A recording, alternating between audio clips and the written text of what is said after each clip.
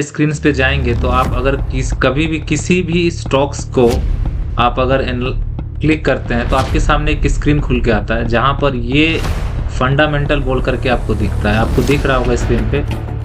आज हम जानेंगे इस वीडियोस में कि इन सब का क्या मतलब है और आप इसे कैसे अपने फंडामेंटल एनालिसिस के लिए यूज़ कर सकते हैं। ये वीडियो बहुत ही इंपॉर्टेंट होने वाली है क्योंकि जब भी आप किसी भी स्टॉक्स को आप कंपेयर करेंगे तो आपको ये सारे नंबर दिखेंगे। तो मैं आपको इस वीडियो में बताऊंगा कि ये इसकी कैलकुलेशन कैसे होती है और इसका क्या मीनिंग्स होता है।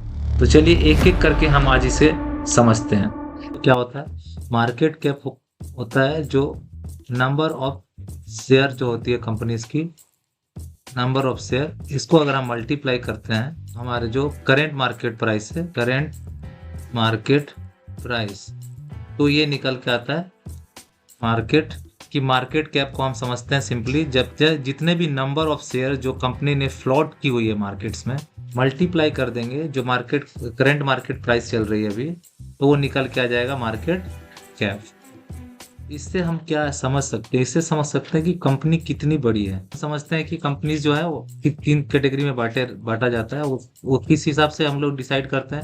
हम लोग कहते हैं कि लार्ज कैप कंपनीज है, दूसरा कहते हैं कि मिडिल कैप कंपनी है, और तीसरा कहते हैं स्मॉल कैप कंपनी है। तो ये जो मार्केट कैप होता है, मार्केट कैप एक्चुअली बोलते हैं इसको क्या, मार्केट कैपिटलाइजेशन, ये जो होता है ये डिसाइड करता है बेसिकली कि किस तरह की कंपनी। दूसरा जो टॉपिक है हमारा वो है क्या है, price earning ratio.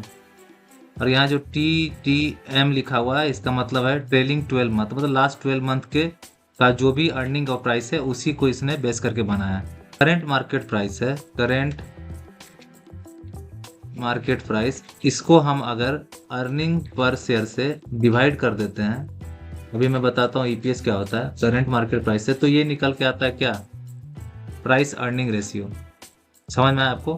Current market price को अगर हम अर्निंग पर शेयर से डिवाइड करते हैं तो हमारा प्राइस अर्निंग रेशियो निकल के आता है। कंपनी का जो अर्निंग है, तो कौन सा अर्निंग, जो हम शेयर होल्डर में बढ़ सकते हैं, earning divisible to share holder या earning belongs to share holder, इसको अगर हम डिवाइड करते हैं, इसको अगर हम डिवाइड कर देते हैं नंबर ऑफ शेयर से, तो क्या निकल के आता है, अर्निंग पर शेयर। ये बेसिकली ये दर्शाता है कि कंपनी का 1 रुपया अर्न करने के लिए, 1 रुपये अर्न करने के लिए कंपनी को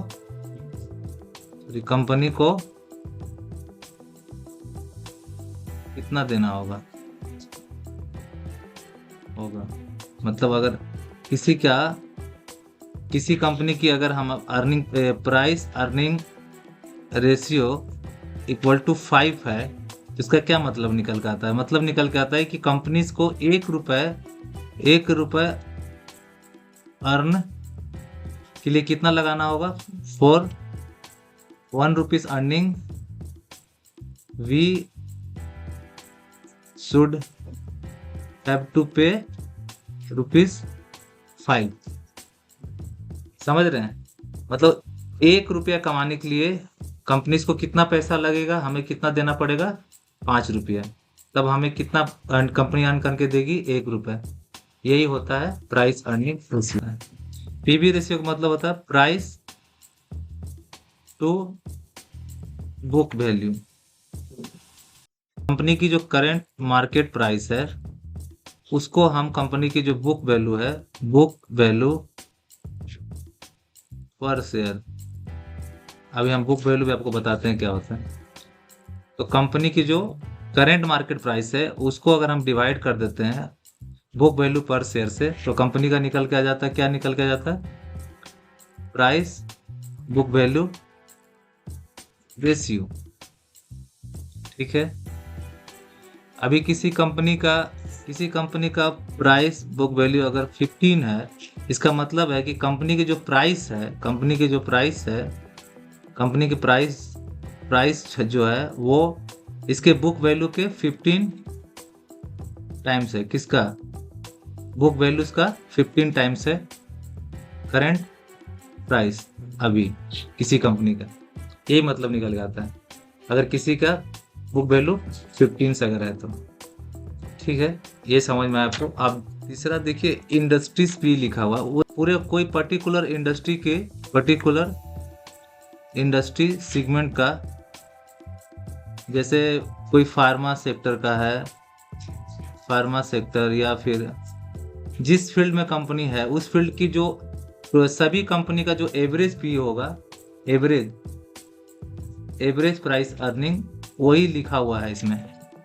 या तो इससे हमको क्या समझ में आता है कि जो कंपनी का, जैसे कंपनी की अगर अब प्राइस अर्निंग जो है वो 15 है और इंडस्ट्री की जो है वो मात्र 5 है, तो मतलब पूरे इंडस्ट्रीज का ही, कोई इस इंडस्ट्री में कमाने के लिए 1 रुपया कमाने के लिए कितना देना पड़ता है, 5। और यहाँ कितना देना पड़ रहा है कंपनी के लिए, 15। 1 रुपया अर्न के लिए कितना देना पड़ रहा है, 15। मतलब प्राइस महंगा है अभी इस कंपनी इक्विटी रेशियो। ये क्या होता है, ये दिखाता है कंपनी की जो टोटल आउटसाइड डेब्ट है, आउटसाइड डेब्ट डिवाइड कर देंगे किससे, कंपनी की जो टोटल शेयर होल्डिंग फंड जो है, इससे हम इसे डिवाइड कर देंगे तो हमें क्या मिल के आएगा, डेब्ट टू इक्विटी रेशियो। मतलब ये इस चीज को दर्शाता है कि कंपनी जो है वो बाहर से कितना लोन ली हुई है। जैसे देखिए अभी हम दिखाते हैं डेब्ट, जैसे यहाँ लिखा हुआ है डेब्ट टू इक्विटी, डेब्ट टू इक्विटी लिखा हुआ है कितना, 0.96। इसका क्या मतलब है, इसका मतलब है कि कंपनी के पास 1 रुपया खुद का है ऑन कैपिटल, और कंपनी ने कितना डेब्ट ले रखा है, सिर्फ 0.96। तो ये ठीक है, आइडियल है। डेब्ट इक्विटी रेशियो जनरली आइडियल कितना होता है, 2।